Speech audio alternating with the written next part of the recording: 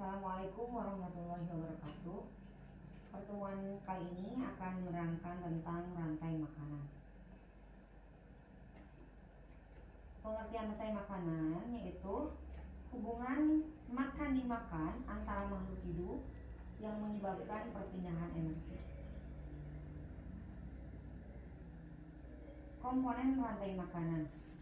Yang pertama ada produsen, yang kedua ada konsumen, dan yang ketiga ada dekomposer.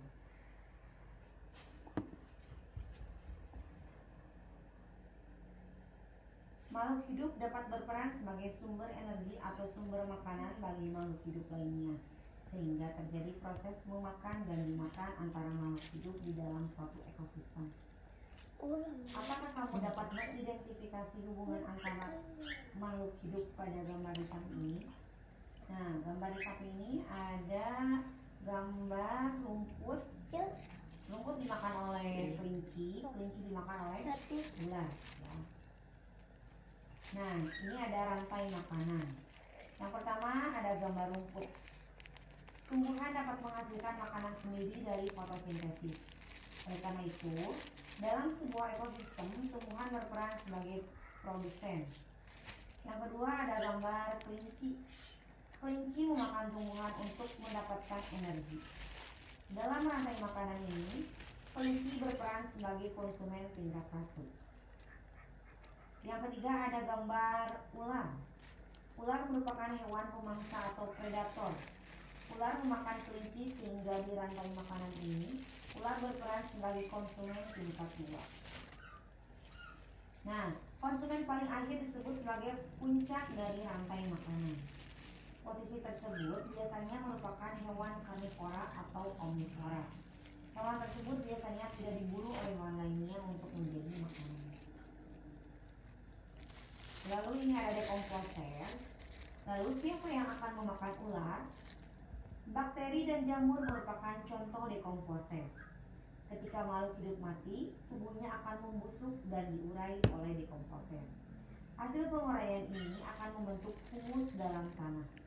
Humus dibutuhkan tumbuhan untuk tumbuh dan menghasilkan energi bagi makhluk hidup lain, sehingga proses makan dan dimakan dalam suatu ekosistem menjadi siklus yang terus berputar. Membuat rantai makanan.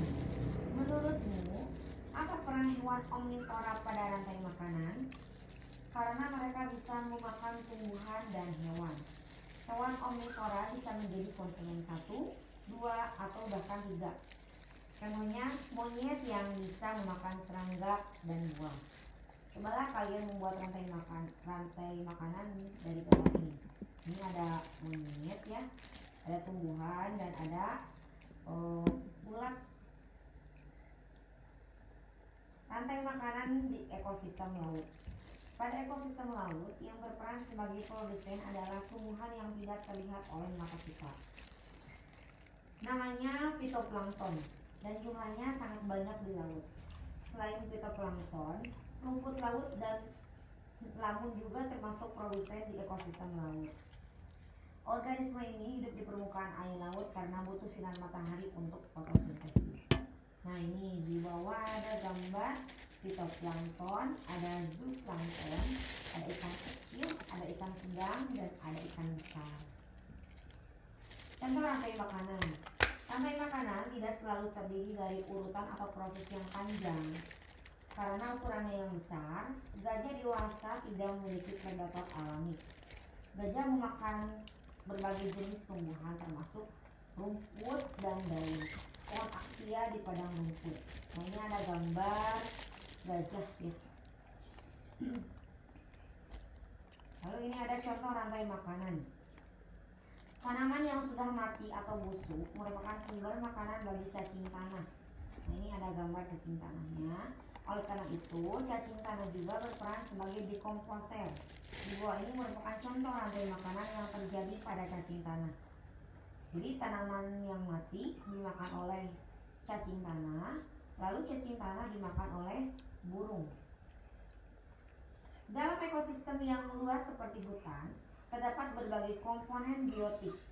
Hal ini menyebabkan produsen dapat dimakan oleh lebih dari satu konsumen. Begitu pula sebaliknya, konsumen dapat memangsa lebih dari satu jenis hewan. Lalu, bagaimana proses rantai makanan terbentuk dalam ekosistem yang memiliki banyak jenis hewan dan tumbuhan?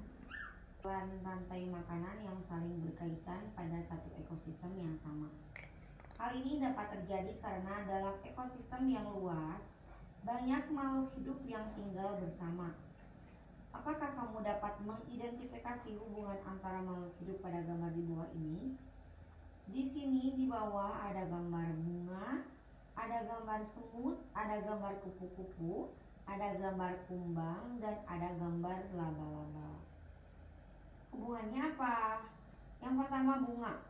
Bunga itu adalah produsen, sumber makanan bagi serangga herbivora seperti kupu-kupu, semut, dan kumbang. Yang kedua yaitu semut. Semut bisa menjadi konsumen primer yang memakan nektar atau bagian lain dari bunga, atau konsumen sekunder jika memakan serangga lain. Terus yang ketiga yaitu gambar kupu-kupu. Kupu-kupu itu adalah konsumen primer yang memakan nektar bunga. Yang ini ada kumbang.